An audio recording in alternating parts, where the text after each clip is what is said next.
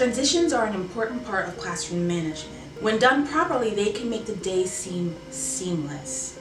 And a lot of times it can mean the difference between feeling rushed and overwhelmed in chaos and relaxed in smooth, orderly systems. But there are still some unanswered questions. No worries, I got you covered. I have answers to 7 frequently asked questions about preschool classroom transitions, so stay tuned. Hi there, I'm Miss Celeste, your co-teacher and former classroom teacher, and I help new preschool teachers develop efficient systems and processes for effective classroom management. If you're looking for a place for new preschool teachers to share your wins, your lessons learned, while also getting some tips and tricks about classroom management, go ahead and join my Facebook group. The link is in the description. So I mentioned in my last video that I was going to talk about some frequently asked questions about preschool classroom transitions. So that is what this video will be about. I won't get into what transitions are or how to use them. You can get those in my last video. So let's get right into it. The first frequently asked question about preschool classroom transitions is, where do you find transition activities? You can really find them anywhere online. You can simply Google transition songs, transition activities, and you should be able to find some that your students will like. You can also find them on YouTube, Pinterest, TPT, or even Instagram.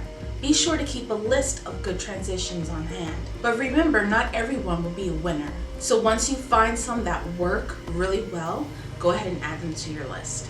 The second frequently asked question about preschool classroom transitions is, how can I make the cleanup transition fun? We all know that cleanup time is the least favorite thing children want to do. And that's why sometimes you need to add a little something to spice it up and make them want to clean up. So here are 5 ways to make the cleanup transition fun. Number 1, play pretend. They can be an insect, an animal, maybe even a storybook character. Personally, animals were always my go-to. Number 2 is beat the timer or beat the song. So what you do is you put on a timer, you give the children a reasonable amount of time to clean up, or you can even put on a fun song and challenge them to finish cleaning up before the song ends. They'll be scattered about, trying to clean as quickly as they can. Number 3, use movements. This is a great way to get in some gross motor activity practice as they clean. Number 4, challenge them to see how many items that they can put away. This way they're counting and also maybe even guesstimating.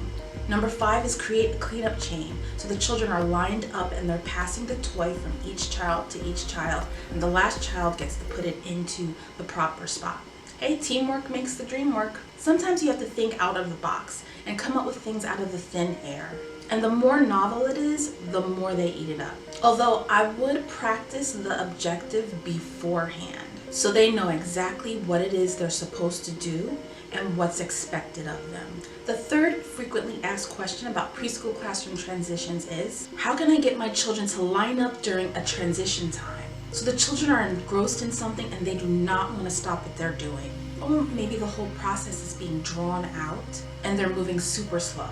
Well, I have 3 ways to help children line up. Number 1, give them a lineup challenge, like walk like a bunny or crawl like a crab, etc. Number 2, give them a nonverbal cue, or maybe clap in a specific rhythm, one that they recognize as the lineup clap.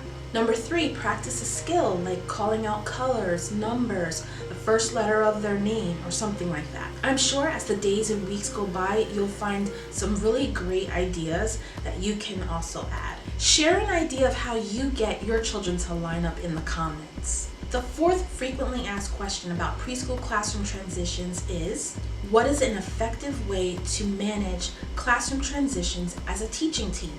The best way to work on classroom transitions with a partner is to have a system or a plan as to how certain things will go.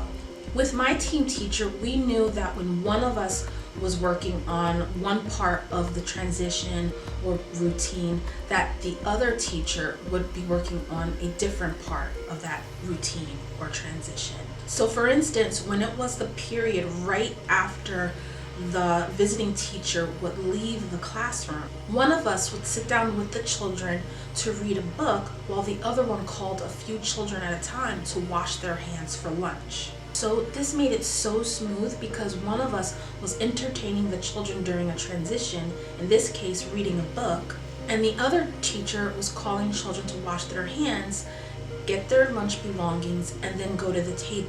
And it worked really well. But you may be saying, but I'm a solo teacher, what do I do? This leads to the fifth frequently asked question about preschool classroom transitions, and that is, how do you manage transitions by yourself? Having been there myself, I know it is not a super easy feat, but it isn't impossible. You must make sure to teach the expectation for the transition activity like you would anything else. You can give them like a 5-minute warning, use an attention getter, but you must be realistic with the amount of time that you are giving them to do whatever it is. For instance, for cleanup time, make sure that you are actually giving them enough time to clean up. I mean, after a while, you will know your children and the average time that it takes them to clean up and then get settled for the next activity. So you would base your time expectation on that. Also, when applicable, move individuals or very small groups of children as opposed to the whole class. Because one way to ensure chaos is to dismiss the whole class at the same time. You don't want that. And notice the behavior that you want when possible. What I would do is I would tell the children first what I want to see. Like I would say, oh, I wonder who could walk over to the line quickly, quietly, and safely. And then I would call a child who always demonstrates that, whether I say it or not. And then I would describe exactly what it is I'm seeing. Like for instance, I would say, oh, I like the way she got up and minded her own body space and walked quickly, quietly, and safely to the door. So now they have a model. And then I would call the next child and they would do it. I also want to say that I know ahead of time that I'm going to be doing this. So I'm cognizant of the amount of time that it's going to take for me to acknowledge the children and their efforts, as well as the amount of time that it's going to take them to do this. Another thing is if you have children who are on the rambunctious side, I will call a few children between them so they have more examples of how to do this quickly, quietly, and safely. And then after they are called, then I would go a little bit quicker because it may not be too much longer for them to keep it together. It worked all the time, so I'm hoping that it works for you too. And finally, make it fun with silly movements. I keep saying this, but movements are a winner every time.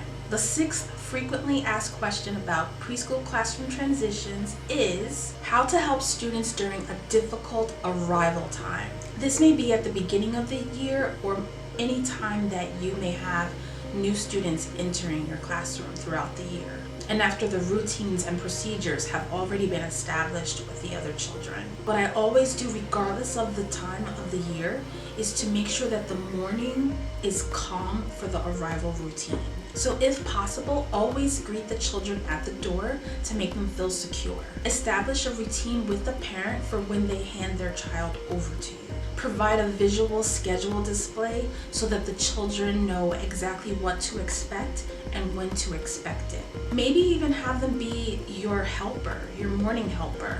Like for instance, maybe picking out the music for arrival time or even helping you prepare materials for the day. It's not always easy, but it does get better.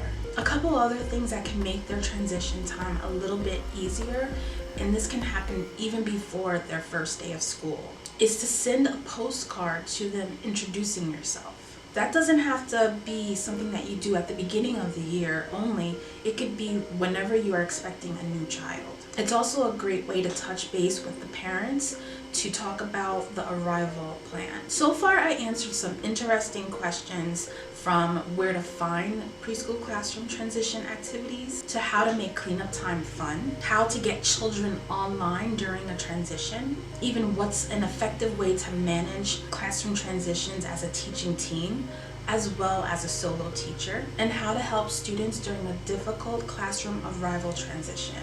Go ahead and like this video if I have answered one of your questions. And on to the seventh frequently asked question about preschool classroom transitions, and that is, what are some no prep transition activity ideas? life. We as teachers have to always go, go, go in the classroom. So the less we have to prep, the better. So don't fret, I got you covered with some super easy go-to, no prep transition activity ideas. You can always pull these out and get great results. Number 1, exercise like yoga, stretching, light aerobic activity, or even some breathing exercises. Number 2, Simon Says. I mean, come on, what child doesn't love Simon Says? Number 3, I Spy.